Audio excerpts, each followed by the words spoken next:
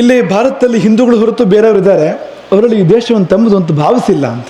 ಎಲ್ಲ ಒಂದೇ ಹಾಗೆ ಭಾಷಣ ಮಾಡ್ಬೋದು, ಆದರೆ ವಾಸ್ತವ ಏನು ಅಂದರೆ ಯಾರು ಈ ಸನಾತನ ಧರ್ಮದ ಮೂಲಕ ಬಂದಿದ್ದಾರೋ ಅವರು ಮಾತ್ರ ಈ ದೇಶವನ್ನು ತಮ್ಮದು ಅಂತ ಭಾವಿಸಿದ್ದಾರೆ, ಉಳಿದವರು ಆ ಥರ ಭಾವಿಸಿಲ್ಲ ಅಂತ. ಅವರ ಸಂಪರ್ಕದ ಕೊಂಡಿಗಳು ಹಿಡ್ಕೊಂಡು ಹೋದರೆ ಪಾಕಿಸ್ತಾನಕ್ಕೆ ಹೋಗ್ಬಿಡ್ತದೆ ಅದು ಅಂತ.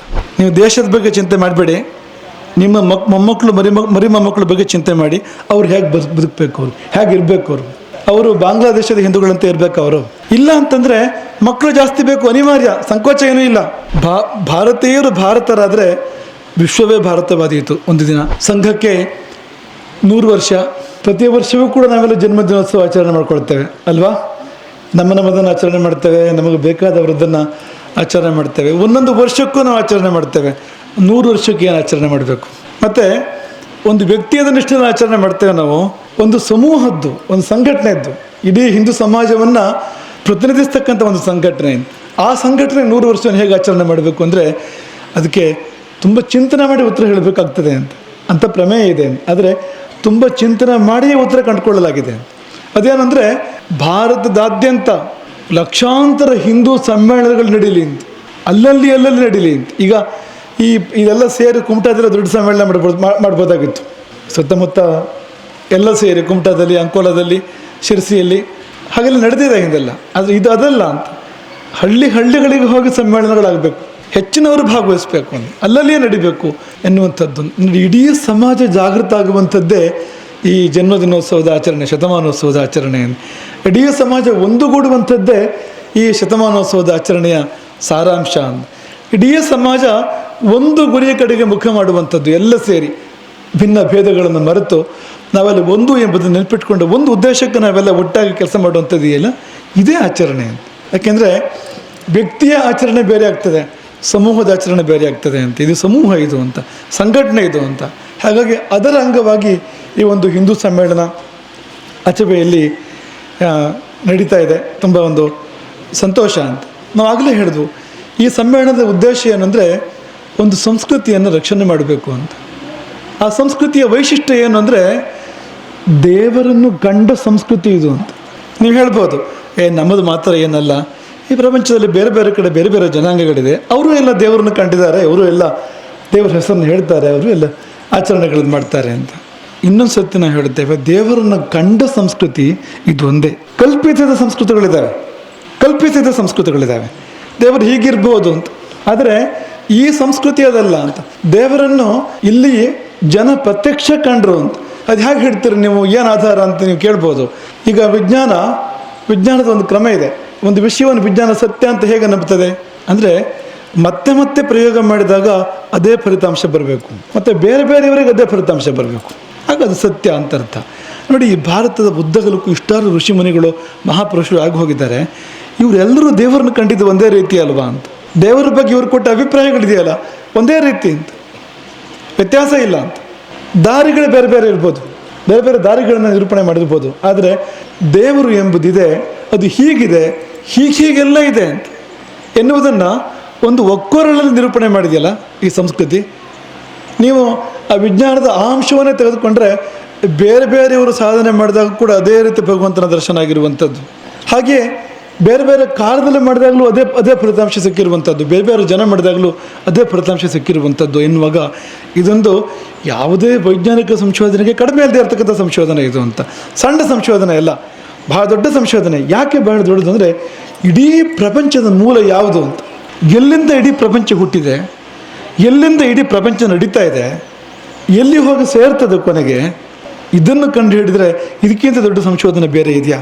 ಈಗಿನ ಸಂಶೋಧನೆಗಳೆಲ್ಲ ಭಾಳ ಸಣ್ಣದು, ಚಿಲ್ಲರೆ ಅಂತ ಹೇಳ್ಬೋದು ನಾವು ಅದನ್ನು ಅಂತ. ಅದು ಈ ಸಂಶೋಧನೆ ಮುಂದೆ ಇದು ಎಂಥ ಸಂಶೋಧನೆ ಅಂದರೆ ಇಡೀ ಪ್ರಪಂಚದ ಮೂಲವನ್ನು ಕಂಡುಹಿಡಿದಿರ್ತಕ್ಕಂಥ ಸಂಶೋಧನೆ. ಮತ್ತು ಕಂಡುಹಿಡಿದಿದ್ದು ಮಾತ್ರ ಅಲ್ಲ, ನೀವು ಕಾಣಬಹುದು ಅಂತ, ಈ ದಾರಿಯಲ್ಲಿ ಹೋದರೂ ನೀವು ಕೂಡ ಕಾಣ್ತೀರಿ ಅಂತ ತೋರಿಸ್ಕೊಟ್ಟಿರ್ತಕ್ಕಂಥ ಸಂಸ್ಕೃತಿ. ಕೇವಲ ದೇವರನ್ನು ಕಂಡಿದ್ರೆ ಅವ್ರು ಯಾರೋ ಒಬ್ರು ಹೇಳ್ತಾರೆ ನಾವೆಲ್ಲ ನಂಬಬೇಕು ಅನ್ನೋ ಥರ ಆಗ್ತಿತ್ತು. ಹಾಗಲ್ಲ, ಮಾರ್ಗ ನಿರೂಪಣೆ ಮಾಡಿರ್ತಕ್ಕಂಥ ಸಂಸ್ಕೃತಿ. ನೀವು ಧರ್ಮದಂತೆ ನಡೆದುಕೊಳ್ಳಿ, ನೀವು ಹೀಗೆ ಭಕ್ತಿ ಮಾಡಿ, ನೀವು ಹೀಗೆ ಯೋಗದ ದಾರಿಯಲ್ಲಿ ಹೋಗಿ, ನೀವು ಈ ರೀತಿಯ ಮಂತ್ರಾನುಷ್ಠಾನ ಮಾಡಿ, ಹೀಗೆ ನೂರಾರು ರೀತಿಯ ದಾರಿಗಳನ್ನು ತೋರಿಸ್ಕೊಟ್ಟು ಈ ದಾರಿಯಲ್ಲಿ ನಿನಗೆ ಯಾವ ದಾರಿ ಸರಿಯೋ, ಗುರು ನಿನಗೆ ಯಾವ ದಾರಿಯನ್ನು ಕೊಡ್ತಾನೋ ಆ ದಾರಿಯಲ್ಲಿ ಹೋದರೆ ನೀನು ಕೂಡ ಕಾಣ್ತೀಯ ಅದನ್ನು. ದೇವರಿಗೆ ರಸ್ತೆ ಮಾಡಿದ ಸಂಸ್ಕೃತಿ ನಮ್ಮದು ಅಂತ, ದೇವರಿಗೆ ಮೆಟ್ಟಿಲು ಕಟ್ಟಿದ ಸಂಸ್ಕೃತಿ ನಮ್ಮದು ಅಂತ, ಹೋಗಿ ದೇವರನ್ನು ಹೀಗೆ ಸೇರಬಹುದು ಅಂತ. ಅತ್ಯದ್ಭುತವಾಗಿರುವಂಥ ಸಂಸ್ಕೃತಿ, ಹಾಗಾಗಿ ತುಂಬ ಬೆಲೆ ಬಾಳುವಂಥದ್ದು. ಮಾತ್ರ ಅಲ್ಲ, ಒಂದು ಜೀವನ ವಿಧಾನವನ್ನು ಕೊಟ್ಟರು. ಹೀಗೆ ಜೀವನ ಮಾಡಿದರೆ ನೀನು ಇಲ್ಲೂ ಚೆನ್ನಾಗಿರ್ತೀಯೆ, ಐಹಿಕ ಜೀವನ ಇಲ್ಲೂ ಚೆನ್ನಾಗಿರ್ತೀಯೆ, ಮತ್ತು ಕೊನೆಗೆ ಹೋಗಿ ಎಲ್ಲಿ ಸೇರ್ತೀಯ, ಸತ್ತ ನಂತರ ಏನು ಅಂತ ಪ್ರಶ್ನೆ ಇದೆಯಲ್ಲ, ಅದಕ್ಕೂ ಉತ್ತರ ಕೊಟ್ಟರು ಅಂತ. ಸತ್ತ ನಂತರ ನಿನ್ನ ಜೀವನ ಒಳ್ಳೆಯದಾಗಬೇಕು ಅಂದರೆ, ಬದುಕಿರುವಾಗ ಚೆನ್ನಾಗಿರ್ಬೇಕು ಅಂದರೆ, ಎರಡು ಒಂದೇ ಸೂತ್ರ, ಅದು ಬೇರೆ ಬೇರೆ ಇಲ್ಲ, ಒಂದಕ್ಕೊಂದು ವಿರೋಧ ಏನೂ ಇಲ್ಲ. ಹೀಗೆ ಬದುಕು ಅಂತ ವಿಧಿ ನಿಷೇಧಗಳನ್ನ ಹೇಳಿದರು. ಹೀಗೆ ಬದುಕಬೇಕು, ಹೀಗೆ ಬದುಕಬಾರ್ದು ಅಂತ ತುಂಬ ಗುಟ್ಟುಗಳನ್ನ ಹೇಳ್ಕೊಟ್ರು ಅಂತ. ಹೇಗೆ ಹೇಳ್ಬೇಕು, ಹೇಗೆ ಮಲಗಬೇಕು, ಯಾವಾಗ ಹೇಳ್ಬೇಕು, ಯಾವಾಗ ಮಲಗಬೇಕು, ಏನನ್ನು ಊಟ ಮಾಡಬೇಕು, ಎಷ್ಟು ಊಟ ಮಾಡಬೇಕು, ಹೇಗೆ ಮಾಡಬೇಕು, ಯಾವುದನ್ನು ಮಾಡಬಾರ್ದು, ಹೇಗೆ ಬಟ್ಟೆ ತೊಡಬೇಕು, ನಾವು ತೊಡ್ತಾ ಇಲ್ಲ ಹಾಗೆ, ನಾವು ಊಟ ಮಾಡ್ತಾ ಇಲ್ಲ ಹಾಗೆ, ನಾವು ಹಾಗೆ ಹೇಳ್ತಾ ಇಲ್ಲ, ಮಲಗ್ತಾ ಇಲ್ಲ. ಆದರೆ ಅವರು ಒಂದೊಂದು ಚಿಕ್ಕ ವಿಷಯವನ್ನು ಕೂಡ ನಿರೂಪಣೆ ಮಾಡಿದ್ದಾರೆ, ಒಂದೊಂದು ಚಿಕ್ಕ ವಿಷಯವನ್ನು ಕೂಡ. ಆರ್ಷ ಗ್ರಂಥಗಳನ್ನ ನೀವು ಅವಲೋಕನ ಮಾಡಿದರೆ ಅತ್ಯದ್ಭುತ ಅಂತ ಅನ್ನಿಸ್ತದೆ. ಆರ್ಷ ಗ್ರಂಥ ಅಂತ ಭಾಳ ಹಿಂದಕ್ಕೆ ಹೋಗೋದು ಬೇಡ, ಇತ್ತೀಚಿನ ಕಾಲದಲ್ಲಿ ಕೂಡ ಗ್ರಂಥಗಳ ರಚನೆ ಆಗಿದೆ. ನಿನ್ನೆ ಮೊನ್ನೆ ಇತ್ತೀಚೆಗೆ ನಾವು ಕ್ಷೇಮ ಕುತೂಹಲಂ ಅನ್ನೋ ಗ್ರಂಥವನ್ನು ಅವಲೋಕನ ಮಾಡ್ತಾ ಇದ್ವು. ಕ್ಷೇಮ ಕುತೂಹಲಂ ಅಂದರೆ ಒಂದು 200-300 ವರ್ಷ ಹಿಂದೆ ಆ ಗ್ರಂಥ ರಚನೆ ಆಗಿರ್ಬೋದು. ಆ ಗ್ರಂಥ ಊಟ ಹೇಗೆ ಮಾಡಬೇಕು ಅಂತ ಹೇಳ್ಕೊಡ್ತದೆ, ಕಾರಣಗಳನ್ನು ಕೂಡ ಕೊಡ್ತದೆ. ಊಟ ಹೇಗೆ ಮಾಡಿದರೆ ನಾವು ಆರೋಗ್ಯವಾಗಿ ಬದುಕ್ತೇವೆ, ಹೇಗೆ ಮಾಡದೇ ಇದ್ದರೆ ಸಾವು ಬೇಗ ಬರ್ತದೆ, ಸಮಸ್ಯೆಗಳು ಹೇಗೆ ಬರ್ತದೆ ಅನ್ನೋದನ್ನು ನಿರೂಪಣೆ ಮಾಡ್ತದೆ. ಅಂದರೆ ಈ ಧರ್ಮ ಇದೆಯಲ್ಲ, ಈ ಧರ್ಮದಲ್ಲಿ ವಿಜ್ಞಾನ ಸೇರಿ ಹೋಗಿದೆ ಅಂತ. ವಿಜ್ಞಾನ ಅಂತ ಬೇರೆ ಇಲ್ಲ ನಮ್ಮಲ್ಲಿ. ಈಗ ಬೇರೆ ದೇಶಗಳಲ್ಲಿ ಹೇಗೆ ವಿಜ್ಞಾನ ಅಂತ ಬೇರೆ, ಧರ್ಮ ಅಂತ ಬೇರೆ, ಅದೆರಡು ಒಂದಕ್ಕೊಂದು ವಿರುದ್ಧ. ಇದು ಹಾಗಲ್ಲ ಅಂತ. ನೀವು ಧರ್ಮದಂತೆ ಬದುಕಿದರೆ ವಿಜ್ಞಾನದಂತೆ ಬದುಕದಂತೆ ಆಯಿತು ಅಂತ. ಯಾಕೆಂದರೆ ತುಂಬ ತಪಸ್ಸು ಮಾಡಿ, ತುಂಬ ಸಂಶೋಧನೆ ಮಾಡಿ, ಪ್ರಯೋಗ ಮಾಡಿ, ಕಂಡುಕೊಂಡು ತೀರ್ಮಾನಕ್ಕೆ ಬಂದಿರತಕ್ಕಂಥದ್ದು. ಅದನ್ನು ಸಿದ್ಧಾಂತ ಅಂತ ಕರೀತಾರೆ. ಸಿದ್ಧಾಂತ ಅಂದರೆ ಏನು? ಅಂತೆಯೇ ಸಿದ್ಧ ಅಂತ, ಕೊಟ್ಟ ಕೊನೆಯಲ್ಲಿ ಸಿದ್ಧ ಆಗಿದೆ. ಬೇಕಾದಷ್ಟು ಚರ್ಚೆಗಳಾಗಿದೆ, ಬೇಕಾದಷ್ಟು ವಿಮರ್ಶೆಗಳಾಗಿದೆ, ಅನುಭವಗಳು, ಪ್ರಯೋಗಗಳು ಅದನ್ನು ಸಿದ್ಧಪಡಿಸ್ತೇವೆ ಅಂತ. ಕೊಟ್ಟ ಕೊನೆಯಲ್ಲಿ ತೀರ್ಮಾನ ಆಗಿರ್ತಕ್ಕಂಥದ್ದು ಬಿದ್ದು ಹೋಗುವಂಥದ್ದಲ್ಲ. ಇವತ್ತು ಆಧುನಿಕ ಸಿದ್ಧಾಂತಗಳೆಲ್ಲ ಬಿದ್ದು ಹೋಗ್ತವೆ. ಈಗ ಒಂದು 10 ವರ್ಷ ಹಿಂದೆ ಒಂದು ತೀರ್ಮಾನ ಕೊಟ್ಟಿರ್ತಾರೆ, ಈಗ ಬೇರೆ ತೀರ್ಮಾನ ಬರ್ತದೆ, ಮುಂದಕ್ಕೆ ಬೇರೆ ತೀರ್ಮಾನ ಬರ್ತದೆ ಅಂತ. ಈಗ ಆಧುನಿಕ ಆರೋಗ್ಯ ಶಾಸ್ತ್ರ ಇದೆಯಲ್ಲ, ಕಳೆದ 50 ವರ್ಷದ ಬೇರೆ ಬೇರೆ ತೀರ್ಮಾನಗಳನ್ನು ಗಮನಿಸಿದ್ರೆ ತಲೆಬಿಸಿ ಆಗ್ತದೆ ಅಂತ. ಯಾಕೆಂದರೆ ಇವರೇ ಮೊನ್ನೆ ಹಾಗೆ ಹೇಳ್ತಾ ಇದ್ದಾರಲ್ಲ, ಈಗ ಬೇರೆ ಹೇಳ್ತಾ ಇದ್ದಾರೆ, ಮುಂದೇನು ಸಂಶೋಧನೆ ಆಗ್ತದೋ, ಇನ್ನೇನು ಸಮೀಕ್ಷೆ ಆಗ್ತದೋ, ಮತ್ತೇನು ಹೇಳ್ತಾರೋ, ನೀವು ನಂಬಲಿಕ್ಕೆ ಧೈರ್ಯ ಇಲ್ಲ ಇದನ್ನು ಅಂತ. ಆದರೆ ಅದು ಹಾಗಲ್ಲ ಅಂತ. ನೀವು ಆ ಹಳೆಯ ಕಾಲದ ವಿಷಯಗಳನ್ನ ಇವತ್ತು ವಿಜ್ಞಾನದ ಬರೆಗಳಲ್ಲಿ ಹಚ್ಚಿ ನೋಡಿದರೆ ಅದೇ ಸತ್ಯ ಅಂತ ಸಾಬೀತಾಗುವಂಥದ್ದು ಅಂತ, ಕೊನೆಯಲ್ಲಿ ಅಂತ ಅದೇ ಸರಿ ಅಂತ ಸಾಬೀತಾಗುವಂಥದ್ದು ಅಂತ. ಇಂಥದ್ದೊಂದು ಜೀವನ ವಿಧಾನ ಕೊಟ್ಟಿದ್ದಾರೆ ನಮಗೆ. ಇದೆಲ್ಲವೂ ಆಪತ್ತಿನಲ್ಲಿದೆ. ಭಾಳ ಅದ್ಭುತ ಸಂಸ್ಕೃತಿ. ಯಾಕೆ ಅಂದರೆ ಈಗಾಗಲೇ ಕಾಮತರು ಕೂಡ ಮಾತನಾಡುವಾಗ ಹೇಳಿದರು ಅದನ್ನು, ನಮ್ಮಲ್ಲಿ ಎಲ್ಲವೂ ಒಳಗೊಳ್ಳುತ್ತದೆ. ಈಗ ಬೇರೆ ಬೇರೆ ಮತಗಳು ಏನು ಮಾಡ್ತೇವೆ ಅಂದರೆ, ಇಂಥ ಪ್ರಾಣಿಯನ್ನು ಕೊಲ್ಲು, ತಿನ್ನು, ಇಂಥದ್ದನ್ನು ಹೀಗೆ ಮಾಡು, ಹೀಗೆಲ್ಲ ಹೇಳ್ತದೆ ಅಂತ. ಅವ್ರ ಪ್ರಕಾರ ಇಡೀ ಪ್ರಪಂಚ ನಮ್ಮ ಬೆಳಕಿಗಿರುವಂಥದ್ದು ಅನ್ನೋ ಹಾಗೆ ಅಂತ. ಅಥವಾ ಹೆಣ್ಮಕ್ಳು ಅಂದರೆ ಅದನ್ನು ತುಂಬ ತುಚ್ಛವಾಗಿ ಕಾಣ್ತಕ್ಕಂಥದ್ದನ್ನು ಕಾಣ್ತೇವೆ ನಾವು ಬೇರೆ ಕಡೆಯಲ್ಲಿ. ಆದರೆ ನೀವು ನಮ್ಮಲ್ಲಿ ಬಂದರೆ ಭಾರತದ ಸಂಸ್ಕೃತಿ ಹೇಗಿದೆ ಅಂದರೆ, ಪ್ರತಿ ಪ್ರಾಣಿ ಪಕ್ಷಿ ಬಗ್ಗೆ ಕಾಳಜಿ ಮಾಡಲಾಗಿದೆ. ಯಾವುದನ್ನು ಹಿಂಸೆ ಮಾಡಬೇಡ, ಮಾ ಹಿಂಸ್ಯಾತ್ ಸರ್ವಭೂತಾನಿ, ಯಾವ ಪ್ರಾಣಿ ಪಕ್ಷಿಯನ್ನು ಹಿಂಸೆ ಮಾಡಬೇಡ, ಅಲ್ಲೆಲ್ಲ ದೇವರಿದ್ದಾರೆ. ಪ್ರತಿ ಪ್ರಾಣಿಯಲ್ಲಿ ದೇವರಿದ್ದಾರೆ, ಪ್ರತಿ ಪಕ್ಷಿಯಲ್ಲಿ ದೇವರಿದ್ದಾರೆ, ಮಣ್ಣು ಕಲ್ಲು ಗಿಡ ಮರ ಎಲ್ಲ ಕಡೆ ದೇವರಿದ್ದಾರೆ. ಹಾಗಾಗಿ ನಿಮಗೆ ನಮ್ಮ ಸಂಸ್ಕೃತಿ ಸರಿಯಾಗಿ ಮನಸ್ಸಿಗೆ ಬಂದರೆ ನೀವು ಯಾರಿಗೂ ಹಿಂಸೆ ಮಾಡೋದಿಲ್ಲ ಅಂತ. ರಾಮರಾಜ್ಯದ ವರ್ಣನೆ ಹೀಗೆ ಇರುವಂಥದ್ದು ಅಂತ, ನಾಭ್ಯ ಹಿಂಸನ್ ಪರಸ್ಪರಂ, ಯಾರನ್ನು ಹಿಂಸೆ ಮಾಡಲಿಲ್ಲ ರಾಮರಾಜ್ಯದಲ್ಲಿ ಅಂತ. ನಾಭ್ಯ ಹಿಂಸನ್ ಪರಸ್ಪರಂ.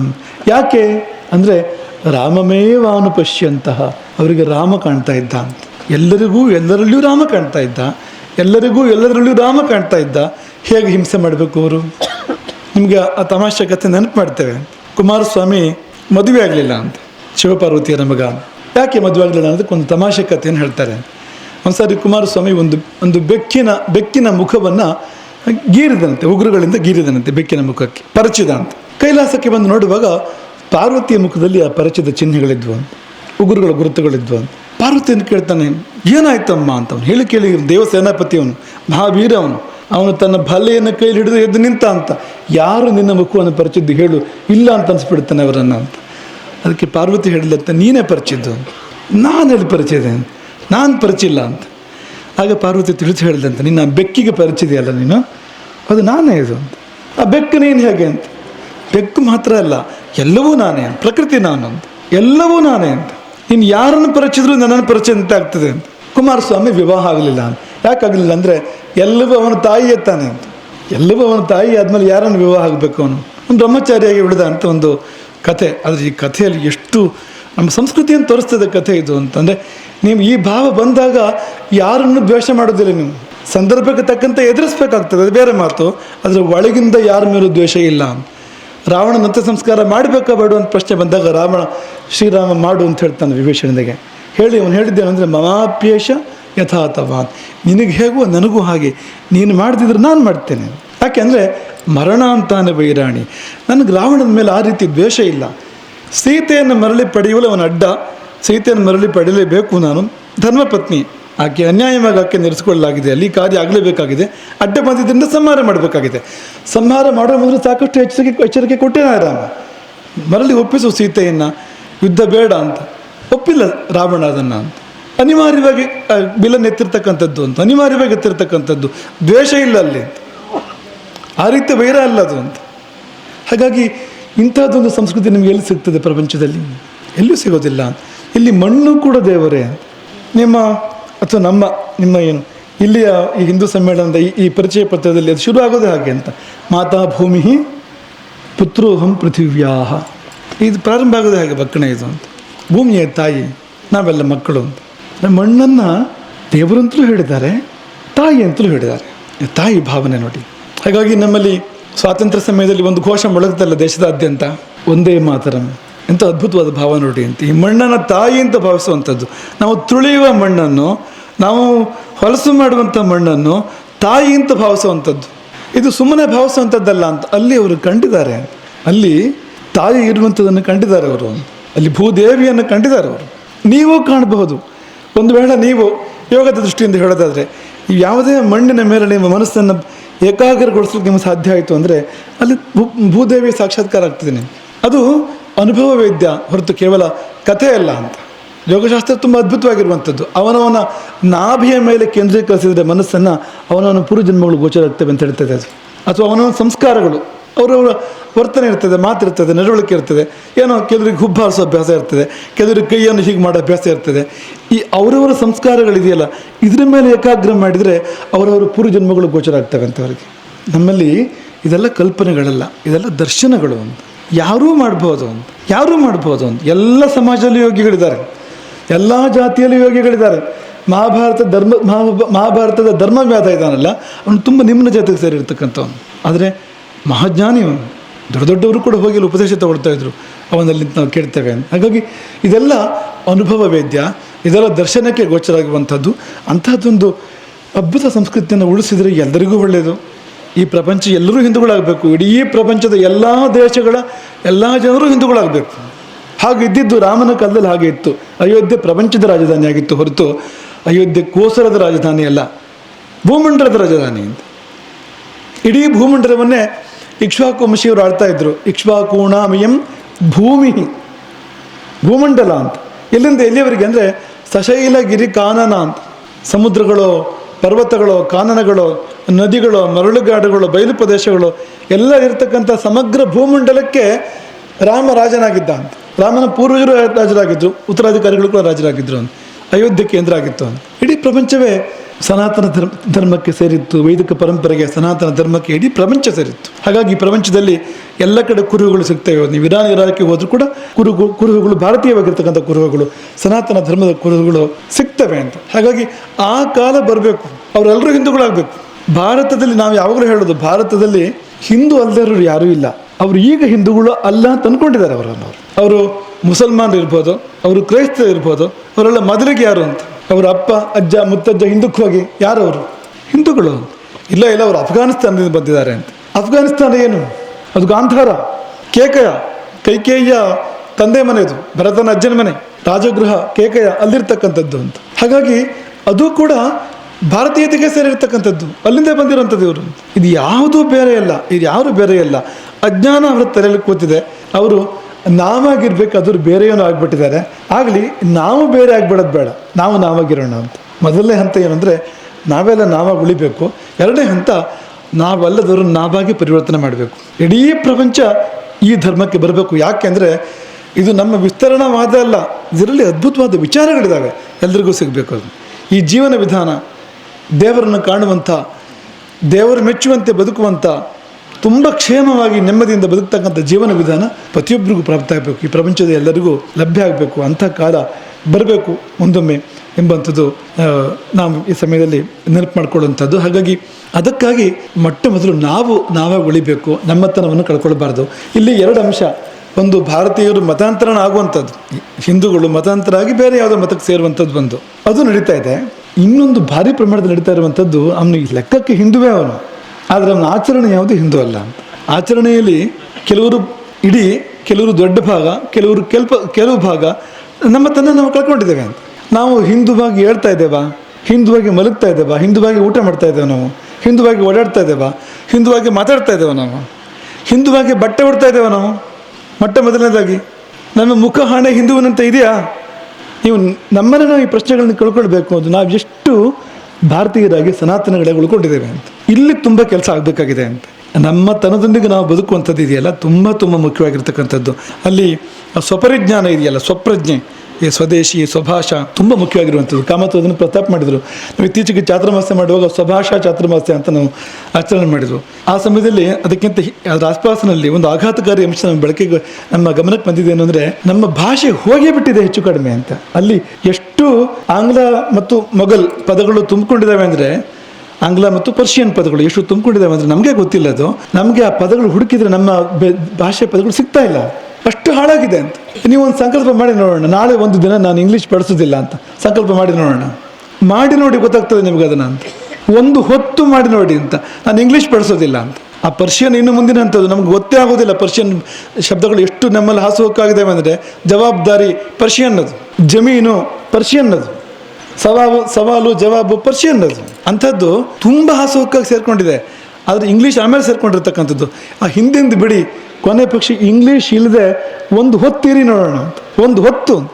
ಆಗ ನಮಗೆ ಅರ್ಥ ಆಗ್ತದೆ ಎಷ್ಟು ದೂರ ಬಂದಿದ್ದೇವೆ ನಾವು, ಎಷ್ಟು ಕೆಳಗೆ ಜಾರಿದ್ದೇವೆ. ಹೆಸರಿಗೆ ನಾವು ಹಿಂದೂ ಅಂತ ಕರ್ಕೊಳ್ತಾ ಇದ್ದೇವೆ, ನಾವು ಹೆಸರಿಗೆ ನಾವು ವೇದಾಭಿಮಾನಿಗಳು ಸನಾತನಗಳು ಅಂತ ಹೆಸರಿಗೆ ನಾವು ಹೇಳ್ಕೊಳ್ತಾ ಇದ್ದೇವೆ. ನಾವು ಏನಾಗಿದ್ದೇವೆ ನಿಜವಾಗಿ ನಮ್ಗೆ ಅರ್ಥ ಆಗ್ತದೆ. ಬ್ರಿಟಿಷರು ಭಾರತದ ಮೇಲೆ ಮಾಡಿದ ಆಕ್ರಮಣ, ಮೊಘಲರು ಮಾಡಿದ ಆಕ್ರಮಣ ಅಂತಿಂಥದ್ದಲ್ಲ ಅದು ಅಂತ. ನಮ್ಮ ಬೇರುಗಳನ್ನ ಅಲುಗಾಡಿಸಿದೆ ಅದು ಅಂತ, ನಮ್ಮ ಉಸಿರು ಭಾಷೆನಲ್ಲಿ ಅಲುಗಾಡಿಸ್ಬಿಟ್ಟಿದೆ ಅದು ಅಂತ. ಹಾಗಾಗಿ ಮರಳಿ ನಾವು ನಮ್ಮ ತನಕ್ಕೆ ಮರಳುವಂಥದ್ದೇ ಈ ಶತಮಾನೋತ್ಸವದ ನಿಜವಾದ ಆಚರಣೆ, ಸರಿಯಾದ ಆಚರಣೆ ಎಂಬುದಾಗಿ ನಾವು ಭಾವಿಸುವಂಥದ್ದು. ಹಾಗಾಗಿ ಅದನ್ನು ನಾವು ಮಾಡೋಣ, ಆದಷ್ಟು ಶೀಘ್ರವಾಗಿ ಅದನ್ನು ಮಾಡೋಣ ಎಂಬುದೊಂದು. ಮೂರನೇ ಅಂಶ ಅವರು ಪ್ರಸ್ತಾಪ ಮಾಡಿದ್ದಾರೆ, ಅದನ್ನು ಸಂಖ್ಯಾಕ್ಷಯ ಅಂತ, ಜನಸಂಖ್ಯಾಕ್ಷಯ. ಏನಾಗಿದೆ ಅಂದರೆ, ಇಲ್ಲಿ ಭಾರತದಲ್ಲಿ ಹಿಂದೂಗಳು ಹೊರತು ಬೇರೆಯವರು ಇದ್ದಾರೆ, ಅವರಲ್ಲಿ ಈ ದೇಶವನ್ನು ತಮ್ಮದು ಅಂತ ಭಾವಿಸಿಲ್ಲ ಅಂತ. ಈಗ ಇದು ಯಾವಾಗ ಗೊತ್ತಾಗ್ತದೆ ನಿಮಗೆ ಅಂದರೆ, ಒಂದು ಭಾರತ ಪಾಕಿಸ್ತಾನ ಪಂದ್ಯಾಟ ನಡೀಲಿ, ಆಗ ಗೊತ್ತಾಗ್ತದೆ ನಮಗೆ ಯಾರು ಪರ ಅಂತ, ಯಾರು ಭಾರತದವರು ಯಾರು ಭಾರತದವರು ವಿರುದ್ಧ ಅಂತ. ಬೇರೆ ಏನು ಬೇಡ ಅಂತ. ಒಂದು ವೇಳೆ ರಾತ್ರಿ ಅಥವಾ ಯಾವುದೇ ಹೊತ್ತಿನಲ್ಲಿ ಪಾಕಿಸ್ತಾನ ಗೆಲ್ಲಲಿ, ಪಾಕಿಸ್ತಾನ ಗೆದ್ದರೂ ನಮ್ಮ ದೇಶದ ಪಟಾಕಿ ಹೊಡೆಯೋದಿಲ್ಲ ಅಂತಾದರೆ ಆಗ ನೀವು ಈ ಮಾತನ್ನು ಹೇಳ್ಬೋದು, ಎಲ್ಲರೂ ಭಾರತೀಯರು ಅಂತ. ಆ ಪರಿಸ್ಥಿತಿ ಇಲ್ಲ. ಭಾಷಣ ಮಾಡ್ಬೋದು, ಎಲ್ಲ ಒಂದೇ ಹಾಗೆ ಭಾಷಣ ಮಾಡ್ಬೋದು. ಆದರೆ ವಾಸ್ತವ ಏನು ಅಂದರೆ, ಯಾರು ಈ ಸನಾತನ ಧರ್ಮದ ಮೂಲಕ ಬಂದಿದ್ದಾರೋ ಅವರು ಮಾತ್ರ ಈ ದೇಶವನ್ನು ತಮ್ಮದು ಅಂತ ಭಾವಿಸಿದ್ದಾರೆ, ಉಳಿದವರು ಆ ಥರ ಭಾವಿಸಿಲ್ಲ ಅಂತ. ಅವರು ತಪ್ಪು ಅಂತ ನಾನು ಹೇಳೋದಿಲ್ಲ, ಅವ್ರಿಗೆ ಆ ಥರ ಹೇಳ್ಕೊಡ್ಲಾಗಿದೆ ಅಂತ, ಚಿಕ್ಕ ವಯಸ್ಸಿಂದಲೇ ಆ ಥರ ಹೇಳ್ಕೊಡ್ಲಾಗಿದೆ. ಹಾಗಾಗಿ ನೀವು ಅವರ ಸಂಪರ್ಕದ ಕೊಂಡಿಗಳು ಹಿಡ್ಕೊಂಡು ಹೋದರೆ ಪಾಕಿಸ್ತಾನಕ್ಕೆ ಹೋಗ್ಬಿಡ್ತದೆ ಅದು ಅಂತ. ಒಂದು ಏನೊಂದು ಉಗ್ರಗಾಮಿ ಘಟನೆ ನಡೀತು ಅಂದರೆ ಬುಡ ಇಲ್ಲಿ ಸಿಗ್ತದೆ, ತುದಿ ಪಾಕಿಸ್ತಾನದಲ್ಲಿ ಸಿಗ್ತದೆ. ಯಾಕೆ ಅದು? ಅವ್ರಿಗೂ ಏನು ಸಂಬಂಧ? ನಮ್ಗೆ ಇಲ್ಲಿ ಭಟ್ಕೊಳ್ಳೋಕ್ಕೂ ಪಾಕಿಸ್ತಾನಕ್ಕೂ ಏನು ಸಂಬಂಧ ಅಂತ, ಏನು ಸಂಬಂಧ ಅಂತ ಕೇಳೋದು ನಾವು ನಿಜವಾಗಿ ಯೋಚನೆ ಮಾಡಿ. ಏನು ಸಂಬಂಧ ಅಂದರೆ, ಇಲ್ಲಿಯವರು ತಮ್ಮನ್ನು ತಾವು ಇಲ್ಲಿಯವರು ಅಂತ ಭಾವಿಸ್ಕೊಂಡಿಲ್ಲ ಅಂತ, ನಾವು ಅಲ್ಲಿಯವರು ಅಂತಲೇ ಭಾವಿಸ್ಕೊಂಡಿದ್ದಾರೆ ಅಂತ, ನಾವು ಆ ದೇಶ ಅಂತಲೇ ಭಾವಿಸ್ಕೊಂಡಿದ್ದಾರೆ ಅವರು ಅಂತ. ನೀವು ಇದನ್ನು ಸರಿ ಮಾಡಬೇಕು. ಸರಿ ಮಾಡದೇ ಇದ್ದರೆ ಪಾಕಿಸ್ತಾನ ದೂರ ಇರೋದಿಲ್ಲ, ಪಕ್ಕದಲ್ಲೇ ಇರ್ತದೆ. ಅದು ಬೆಳೀತಾ ಇರ್ತದೆ. ಪಾಕಿಸ್ತಾನ ದಿನ ಕಳೆದಂತೆ ಬೆಳೀತಾ ಇರ್ತದೆ. ನಾವು ಕ್ಷಯಿಸ್ತಾ ಇರ್ತೇವೆ. ಯಾರು ಭಾರತ ಅಂದರೆ ನಾವು ನಮ್ಮದು ಅಂತ ಹೇಳ್ತೇವೆ, ನಾವು ದಿನ ಕ್ಷಯಿಸ್ತಾ ಇರ್ತೇವೆ. ಹೇಗೆ ಅಂದರೆ ಸಂಖ್ಯೆ ಮೂಲಕವಾಗಿ ಅಂತ. ಮಕ್ಕಳು ಬೇಡ, ಆ ಮಕ್ಕಳ ಬಗ್ಗೆ ಹುಟ್ಟಿದಂಥ ಜುಗುಪ್ಸೆ ತಾತ್ಸಾರ ಇದೆಯಲ್ಲ, ಇದರ ಫಲಿತಾಂಶ ಘೋರ ಅಂತ. ಇಡೀ ಸಮಾಜವೇ ಕ್ಷೀಣ ಅಂತ. ಕೊನೆಗೇನಾಗ್ತದೆ ಅಂದರೆ ಬಾಂಗ್ಲಾದೇಶದ ಪರಿಸ್ಥಿತಿ ಬರ್ತದೆ. ಬಾಂಗ್ಲಾದೇಶದಲ್ಲಿ ಕೇವಲ ಈ ಸಂಖ್ಯೆಯ ಕಾರಣಕ್ಕೆ, ಅದಕ್ಕೆ ಡೆಮೋಗ್ರಫಿ ಅಂತ ಆಂಗ್ಲ ಶಬ್ದ, ಅದಕ್ಕೆ ಈ ಸಂಖ್ಯೆಯ ಕಾರಣಕ್ಕೆ ಅವ್ರ ಮೇಲೆ ಏನು ದೌರ್ಜನ್ಯ ಆದರೂ ಕೂಡ ಸಹಿಸಬೇಕು ಅವರು ಅದನ್ನು ಅಂತ, ಬೇರೆ ದಾರಿ ಇಲ್ಲ ಅಂತ. ನಮ್ಮಲ್ಲಿ ಆ ಸ್ಥಿತಿ ಬರೆದ ಸಂದರ್ಭಗಳು ದೂರ ಏನೂ ಇಲ್ಲ. ಈಗ ಈ ಸಂಖ್ಯೆಯ ಅಸಮತೋಲನ ಹೇಗೆ ಮುಂದುವರೆದ್ರೆ ನಿಮ್ಮದೇ ಮೊಮ್ಮಕ್ಕಳು ಮರಿಮಕ್ಕಳು ಆ ಸ್ಥಿತಿಯಲ್ಲಿ ಇರ್ತಾರೆ. ನೀವು ದೇಶದ ಬಗ್ಗೆ ಚಿಂತೆ ಮಾಡಬೇಡಿ, ನಿಮ್ಮ ಮೊಮ್ಮಕ್ಕಳು ಮರಿ ಮೊಮ್ಮಕ್ಕಳ ಬಗ್ಗೆ ಚಿಂತೆ ಮಾಡಿ ಅವ್ರು ಹೇಗೆ ಬದುಕಬೇಕು, ಅವರು ಹೇಗೆ ಇರಬೇಕು, ಅವರು ಬಾಂಗ್ಲಾದೇಶದ ಹಿಂದೂಗಳಂತೆ ಇರಬೇಕು ಅವರು. ಇಲ್ಲ ಅಂತಂದರೆ ಮಕ್ಕಳು ಜಾಸ್ತಿ ಬೇಕು, ಅನಿವಾರ್ಯ, ಸಂಕೋಚ ಏನೂ ಇಲ್ಲ. 3 ಆದರೂ ಬೇಕು, 3ಕ್ಕಿಂತ ಜಾಸ್ತಿ ಬೇಕು ಮಕ್ಕಳು. ಇಲ್ದಿದ್ರೆ ಈ ಸಮಾಜದ ಸಂತುಲನ ಉಳಿಯೋದಿಲ್ಲ. ಮುಂದಿನ ಪೀಳಿಗೆಗಳು ಭಯಂಕರ ಕಷ್ಟಕ್ಕೆ ಬೀಳ್ತವೆ, ಅಸಾಧಾರಣವಾದ ಕಷ್ಟಕ್ಕೆ ಬೀಳ್ತವೆ. ಅದಕ್ಕೆ ಪರಿಹಾರವೇ ಇರೋದಿಲ್ಲ. ಒಂದು ಸಾರಿ ಈ ದೇಶದ ನಿಯಂತ್ರಣ ಬೇರೆ ಕಡೆ ಹೋಯಿತು ಅಂದರೆ, ಒಂದು ಸಾರಿ ಈ ದೇಶದ ನಿಯಂತ್ರಣ ಪಾಕಿಸ್ತಾನದ ರೀತಿಯಲ್ಲಿ, ಬಾಂಗ್ಲಾದೇಶದ ರೀತಿಯಲ್ಲಿ ಬೇರೆ ಕಡೆ ಹೋಯಿತು ಅಂದರೆ ಈ ಸಂಖ್ಯಾವೃದ್ಧಿಗೆ ಮತ್ತೆ ಜಾಗ ಇರೋದಿಲ್ಲ, ಅವಕಾಶ ಇರೋದಿಲ್ಲ. ಮತ್ತು ಕಡಿಮೆ ಆಗೋದು ಹೊರತು, ಈಗ ಪಾಕಿಸ್ತಾನದಲ್ಲಿ ಒಂದು 25 ವರ್ಷ 30 ವರ್ಷ 50 ವರ್ಷ ಹಿಂದೆ ಎಷ್ಟು ಹಿಂದೂಗಳಿದ್ರು, ಈಗ ಎಷ್ಟು ಹಿಂದೂಗಳಿದ್ದಾರೆ? ಕ್ಷಯಿಸೋದೇ ಅದು ಅಂತ. ಬಾಂಗ್ಲಾದೇಶದಲ್ಲಿ ಏನು ಕ್ಷಯಿಸೋದೆ ಅಂತ. ಈ ಸಂಖ್ಯೆಯನ್ನು ನಾವು ಇಟ್ಕೊಳ್ಳೇಬೇಕಾಗ್ತದೆ ಅಂತ. ಈ ಅಚ್ಚುವೆ ಎಷ್ಟು ಚೆನ್ನಾಗಿದೆ, ಆದರೆ ಇದೇ ಅಚ್ಚುವೆ 50 ವರ್ಷದ ನಂತರ ಹೀಗಿರುತ್ತೆ ಅಂತ ಹೇಳೋಕ್ಕೆ ಸಾಧ್ಯ ಇಲ್ಲ, 30 ವರ್ಷದ ನಂತರ ಹೀಗಿರುತ್ತೆ ಅಂತ ಹೇಳೋಕ್ಕೆ ಸಾಧ್ಯ ಇಲ್ಲ ಅಂತ. ಸಂಖ್ಯೆ ವ್ಯತ್ಯಾಸ ಆಗ್ತಾ ಹೋದರೆ ಕತೆ ಬೇರೆ ಆಗ್ತದೆ. ಹಾಗಾಗಿ ಮಕ್ಕಳ ಸಂಖ್ಯೆ ತುಂಬ ಮುಖ್ಯವಾಗಿರುವಂಥದ್ದು. ಇದು ನಮ್ಮ ಪರಂಪರೆ ಹೇಳಿರ್ತಕ್ಕಂಥದ್ದು. ನಮ್ಮ ಪರಂಪರೆ ಆಶೀರ್ವಾದ ಮಾಡುವಾಗ ಬಹುಪುತ್ರ ಲಾಭಂ ಅಂತ ಆಶೀರ್ವಾದ ಮಾಡಿರುವಂಥದ್ದು. ಇವತ್ತು ಆ ಮಂತ್ರವನ್ನೇ ತಿದ್ದಲಾಗಿದೆ ಅಂತ. ನಮ್ಮ ಭಾರತದ ಸಂಸ್ಕೃತಿ ಹೇಗೆ ಅಂದರೆ ಮಂತ್ರಗಳನ್ನು ಯಾವ ಕಾರಣಕ್ಕೂ ತಿದ್ದುವಂತಿಲ್ಲ. ಅಗ್ನಿಮೀಳ ಅಂದರೆ ಅಗ್ನಿಮೀಳ ಅಂತ ಹೇಳಬೇಕು, ಉನ್ನಿಮೀಳ ಅಂತ ಹೇಳೋ ಹಾಗಿಲ್ಲ ಅಲ್ಲಿ. ಅದೇ ಅರ್ಥದ ಬೇರೆ ಶಬ್ದ ಹಾಕೋ ಹಾಗಿಲ್ಲ. ಆ ಸ್ವರಗಳನ್ನು ಕೂಡ ವ್ಯತ್ಯಾಸ ಮಾಡೋ ಹಾಗಿಲ್ಲ. ಅದು ಹೇಗಿದೆಯೋ, ದೀರ್ಘದ ದೀರ್ಘ, ಹ್ರಸ್ವಾದರೆ ಹ್ರಸ್ವ, ಒತ್ತಿದ್ರೆ ಒತ್ತು, ಇಳಿದ್ರೆ ಇಳಿ, ವೇದಗಳ ಅಕ್ಷರಗಳನ್ನು ಹೇಗಿದೆಯೋ ಹಾಗೆ ಹೇಳಬೇಕು. ಆದರೆ ಶ್ರೀ ಸೂಕ್ತದ ಆ ಮಂತ್ರವನ್ನು ತಿದ್ದಲಾಗಿದೆ ಅಂತ. ಧನಂ ಧಾನ್ಯಂ ಪಶುಂ ಬಹುಪುತ್ರ ಲಾಭಂ ಅಂತಿರೋದನ್ನು ಬಹುಕೀರ್ತಿ ಲಾಭಂ ಅಂತ ತಿದ್ದಿ ಅದನ್ನು ವೈದಿಕರು ಆಶೀರ್ವಾದ ಮಾಡ್ತಾ ಇದ್ದಾರೆ. ಎಲ್ಲಿ ಹೋದರೂ ಕೇಳ್ತಾರೆ, ಯಾಕೆಂದರೆ ಬಹುಪುತ್ರ ಲಾಭಂ ಅಂತ ಆಶೀರ್ವಾದ ಮಾಡೋ ಧೈರ್ಯವೇ ಅವರಿಗಿಲ್ಲ. ಅಂಥ ಪರಿಸ್ಥಿತಿಯಲ್ಲಿ ಸಮಾಜ ಇದೆ. ಅವು ಬಹುಪುತ್ರ ಲಾಭಂ ಅಂತ ಆಶೀರ್ವಾದ ಮಾಡಿದ್ರೆ ಹೀಗೆ ನೋಡ್ತಾರೆ ಅವರಂತ ಕೂಡಲೇ ಅಂತ. ಭಟ್ರ ಈ ಮಂತ್ರ ಬೇಡ ಅಂತ ಹೇಳ್ಬೋದು ಅಂತ. ಆ ಪರಿಸ್ಥಿತಿಯಲ್ಲಿ ಸಮಾಜ ಇದೆ ಅಂತ. ಆದರೆ ವೇದಗಳು ಹೇಳಿದ್ದು ಬಹುಪುತ್ರ ಲಾಭಂ ಅಂತಲೇ ಅಂತ. ನಿನ್ನ ಪೀಳಿಗೆ ಬೆಳಿಬೇಕು ಅಂತ. ನೀನು ಒಂದಾಗಿರೋನು 5 ಆಗಬೇಕು, ನೀನು 8 ಆಗಬೇಕು, ನೀನು 10 ಆಗಬೇಕು, ನೀನು ಬೆಳಿಬೇಕು, ನಿನ್ನ ವಂಶ ಬೆಳಿಬೇಕು, ನನ್ನ ಪೀಳಿಗೆ ಬೆಳಿಬೇಕು. ಇದನ್ನೇ ನಮ್ಮ ಪೂರ್ವಜರು ಹೇಳ್ತಾ ಬಂದಿದ್ದು. ಆದರೆ ಈ 1-2-3 ತಲೆಮಾರಿನಲ್ಲಿ ಅದನ್ನು ವ್ಯತ್ಯಾಸ ಮಾಡಲಾಯಿತು ಅಂತ. ಮಕ್ಕಳು ಬೇಡ, ಮಕ್ಕಳು ಶಾಪ, ಮಕ್ಕಳು ಭಾರ, ಹೊರೆ. ನಾವೆಲ್ಲ ಮಕ್ಕಳಾಗಿ ಇದ್ದವರಲ್ವಾ? ನಮ್ಮ ತಂದೆ ತಾಯಿ ಎದೆ ತೀರ್ಮಾನಕ್ಕೆ ಮತ್ತು ನಮ್ಮ ಕಥೆ ಏನಾಗ್ತಿತ್ತು? ನಾವು ಹುಟ್ಟುತ್ತಿದ್ವಾ? ಇದ್ಯಾಕೆ ನನಗೆ ಬರ್ತಾಗೋದಿಲ್ಲ ಅಂತ ಹುಟ್ಟುತ್ತಿದ್ವ ನಾವು ಅಂತ. ನಾವು ಹುಟ್ಟುವಾಗ ನಮ್ಮ ಮಕ್ಕಳು, ನಮ್ಮ ತಂದೆ ತಾಯಿಗಳಿಗೆ ಆ ಮನಸ್ಸು ಬೇಕು ಅಂದರೆ ನಮಗೂ ಆ ಮನಸ್ಸು ಬೇಕು. ನಮಗೂ ಮಕ್ಕಳು ಹುಟ್ಟಬೇಕು, ಮಕ್ಕಳು ಹೆಚ್ಚಿನ ಸಂಖ್ಯೆಯಲ್ಲಿ ಹುಟ್ಟಬೇಕು. ಹಾಗಿದ್ರೆ ಮಾತ್ರವೇ ಸಂಸ್ಕೃತಿ ಪರಂಪರೆ ಉಳಿಲಿಕ್ಕೆ ಸಾಧ್ಯ ಅಂತ.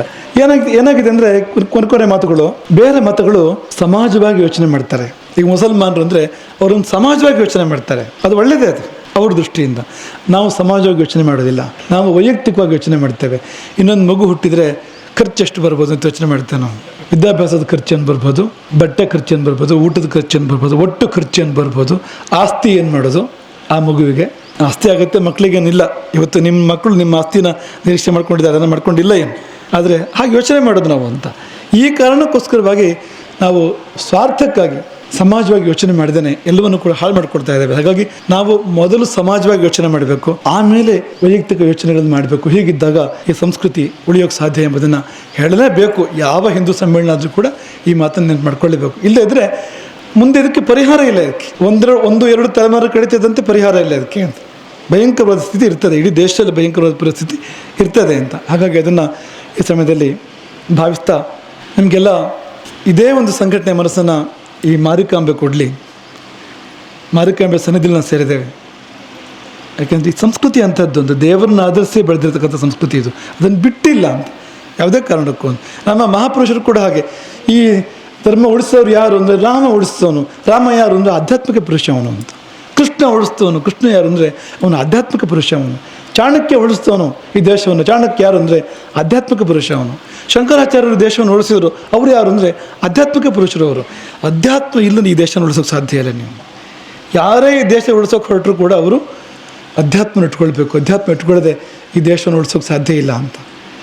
ಈ ಸಂಘದ ಸರಸಂಘ ಚಾಲಕರು ಗುರೂಜಿ ಅಂತ, ಅವರು ಎಂಥ ಅದ್ಭುತ ಆಧ್ಯಾತ್ಮಿಕ ಪುರುಷ ಅಂದರೆ ಕೇಶವ ಮಾಧವ ಅಂತ ಹೇಳ್ತಾರಲ್ಲ, 2ನೇ ಸರಸಂಘ ಚಾಲಕರು ಅತ್ಯದ್ಭುತವಾಗಿರ್ತಕ್ಕಂಥ ಆಧ್ಯಾತ್ಮಿಕ ಪುರುಷ ಅವರು ಅಂತ. ಹಾಗಾಗಿ ಅಂತಹ ಅದ್ಭುತವಾದ ರೀತಿಯ ಸಂಘಟನೆ ಬೆಳೆಸೋದಕ್ಕೆ ಅವರಿಗೆ ಸಾಧ್ಯ ಆಯಿತು ಅಂತ. ಹಾಗಾಗಿ ಈ ಮಾರಿಕಾಂಬೆ ಸನ್ನಿಧಿಯಲ್ಲಿ ನಾವೆಲ್ಲ ಪ್ರತಿಜ್ಞೆ ಮಾಡೋಣ, ನಾವೆಲ್ಲ ಆಧ್ಯಾತ್ಮಿಕರಾಗಿರಬೇಕು, ನಾವೆಲ್ಲ ಧರ್ಮವನ್ನು ದೇವರನ್ನು ನಂಬಬೇಕು. ಅತ್ಯದ್ಭುತ ಕೊಡುಗೆ ದೇವರು ನಮ್ಮ ಪೂರ್ವಜರು ನಮಗೆ ಕೊಟ್ಟಿರ್ತಕ್ಕಂಥದ್ದು. ಧರ್ಮವನ್ನು ದೇವರನ್ನು ನಂಬಬೇಕು, ಬಿಡಬಾರ್ದು. ನಮ್ಮ ಮುಂದಿನ ಪೀಳಿಗೆ ನಾವು ಅದನ್ನು ಕೊಡಬೇಕು.